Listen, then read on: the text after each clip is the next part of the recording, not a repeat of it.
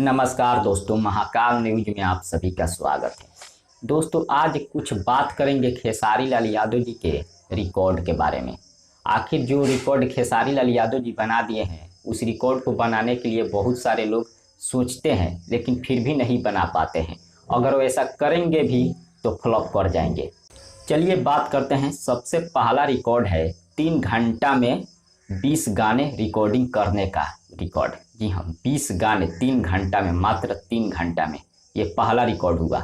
और जो दूसरा रिकॉर्ड है 1 महीना में, जी हाँ 30 दिन में 7-7 फिल्म सिनेमा हॉल में रिलीज करने का रिकॉर्ड।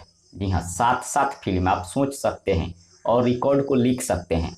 और जो तीसरा रिकॉर्ड है 1 साल में 14 से 15 फिल्म रिलीज करने का रिकॉर्ड खेसारी लाल यादव जी के नाम है, जो कि भोजपुरी इंडस्ट्री में ऐसा कोई नहीं कर पाता है। अगर करेंगे भी तो वे लोग फ्लॉप कर जाएंगे। और खेसारी लाल यादव जी का सभी फिल्म सुपर हिट जाता है, क्योंकि उनका जो फैन फॉलोइंग है सबसे ज़्यादा है। यही कारण है खेसारी लाल यादव जी रिकॉर्डों का बारिश बना दिए हैं और रिकॉर्डों का मशीन बन गए हैं।